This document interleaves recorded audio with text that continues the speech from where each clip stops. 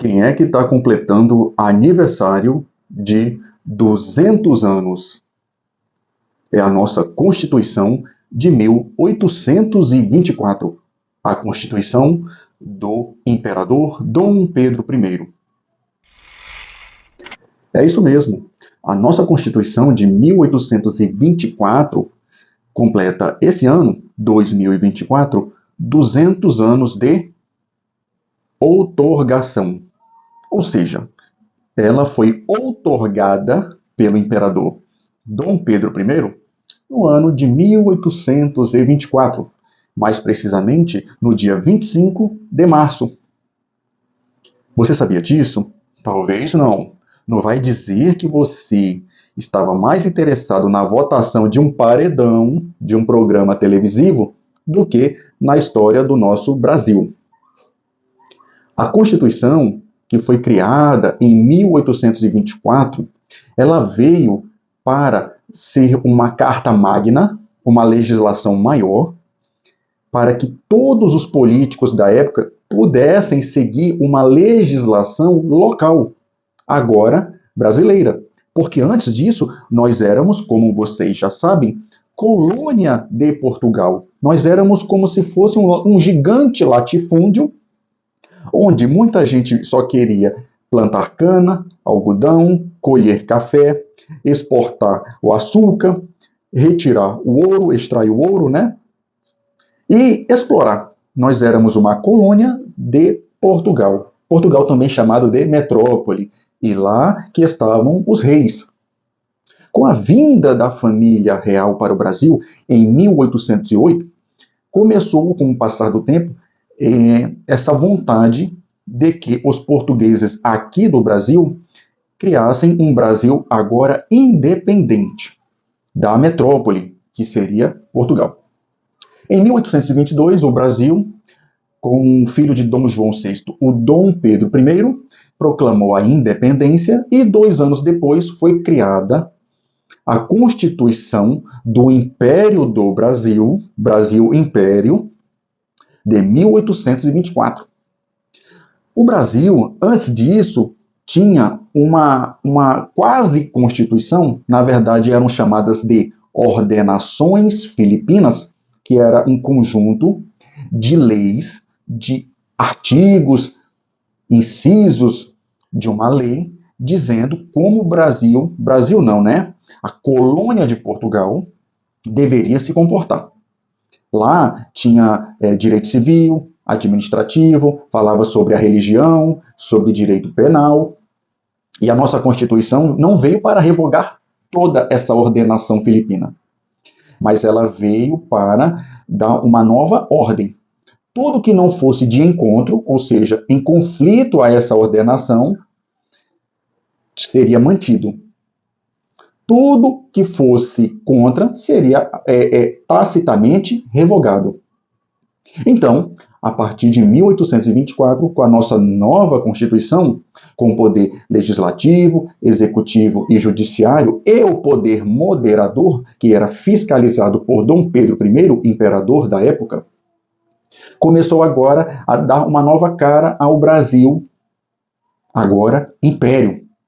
Agora o Brasil era um império. Olha só que legal. Antes nós éramos uma colônia, agora nós somos o Império do Brasil. Ok. Essa nova Constituição não agradou a todo mundo. Existiam províncias, os estados que nós temos hoje, estado de São Paulo, estado de Pernambuco, estado de Minas Gerais, antigamente eram chamados de províncias. Províncias. E antes de serem chamados províncias, eram chamados de capitanias. Então, onde hoje é a capitania de Pernambuco, virou a província de Pernambuco e hoje é o estado de Pernambuco. A capitania de São Paulo, que na época não era chamada São Paulo, São Vicente, virou depois província de São Vicente, capitania de São Paulo, ou província de São Paulo, estado de São Paulo hoje. Então veja esse processo evolutivo, eu estou falando evolutivo. Por que eu estou falando isso? Porque tem muita gente que acha que o Brasil não evoluiu em nada. Você acha que evoluiu? Eu acredito que sim. Vamos pegar como exemplo a questão da votação.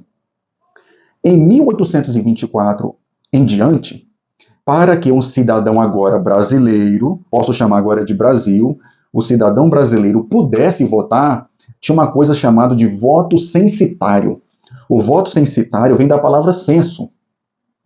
O censo, quando bate na casa da pessoa, ele quer saber quantas pessoas tem, qual é o seu grau de escolaridade, quanto você ganha, a renda familiar, não é isso?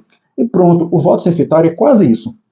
Para um cidadão brasileiro poder votar, depois de 1824, ele tinha que ter alguns requisitos. Um, logicamente, ser cidadão brasileiro. O estrangeiro não votava. Segundo, mulher não podia votar, de jeito nenhum.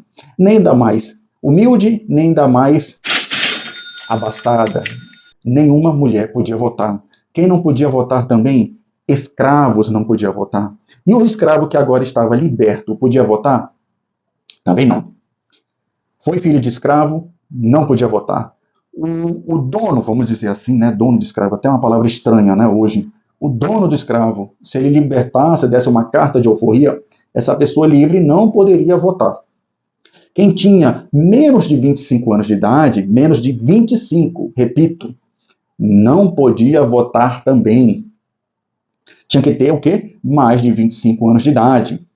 E para você poder votar, um voto paroquial, um voto local, um voto como se fosse hoje para vereador, você tinha que receber por ano, não estou falando por mês, tá? Por ano, você tinha que ter uma renda mínima acima de 100 mil réis.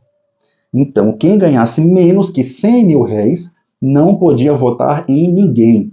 Ou seja, o pobrezinho, mesmo que ele fosse cidadão português, não fosse escravizado, não fosse mulher, não podia votar. Existia na época uma coisa chamada de voto local, como se fosse um voto distrital, paroquial, a melhor palavra para isso, e o voto regional, o voto para deputados e senadores. Para um eleitor poder votar em um deputado ou em um senador, ele tinha que receber por ano, no mínimo, 200 mil réis. Certo? Para poder votar. Eu estou falando só ir lá na urna e votar. Agora, se ele quisesse ser um candidato a deputado, ele tinha que receber, no mínimo, por ano, o dobro disso, que seria 400 mil réis por ano. E para uma pessoa que queria se candidatar a senador, tinha que receber o dobro, ou seja, 800 mil réis por ano ou mais. Então veja que a questão de votar e de ser votado dependia de quanto a pessoa receberia por ano. Então, mesmo que ele não fosse mulher, não fosse menor de 25 anos, recebesse uma renda razoável, seja brasileiro, não seja escravizado, se ele não recebesse mais do que aquele valor, ele não poderia nem votar, às vezes, e nem ser votado. Hoje, no Brasil, em 200 anos depois, em 2024, melhor dizendo, qualquer pessoa pode ser candidato a senador, a deputado, a vereador, ou a prefeito, homem, mulher, inclusive ter menos de 25 anos de idade. Basta, para ser prefeito, ter mais de 18 anos de idade. A mulher pode se candidatar a governadora, a presidente, a senadora? Pode. Basta que cumpra o requisito de idade. Tem mais de 35 anos para senador ou para senadora? Pode se candidatar. E se for por maioria de votos, eleito, parabéns. Mais um novo senador ou uma nova senadora. Então veja que o Brasil, com a nossa Constituição de 1824, queria mais direitos, mais liberdade, um país mais justo, um país em que o cidadão tenha direito disso, daquilo. Legal. Contanto que os escravos, ou os escravizados, melhor dizendo, não tivessem direito a nada, né?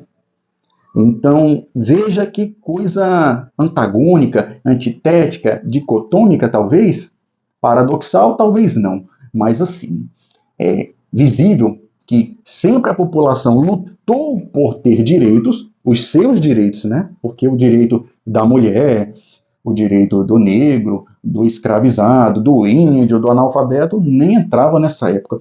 E para finalizar, uma pessoa que quisesse ser candidato a deputado ou a senador, ele obrigatoriamente, eu digo obrigatoriamente, ele tinha que ser católico, porque era a religião oficial do Brasil, ou melhor, do Império do Brasil na época. Por isso que em vésperas de eleição, ainda é costume no Brasil, alguns candidatos querem ir à igreja para mostrar aquela política de boa vizinhança, que ele é bem religioso, porque era uma obrigação da época.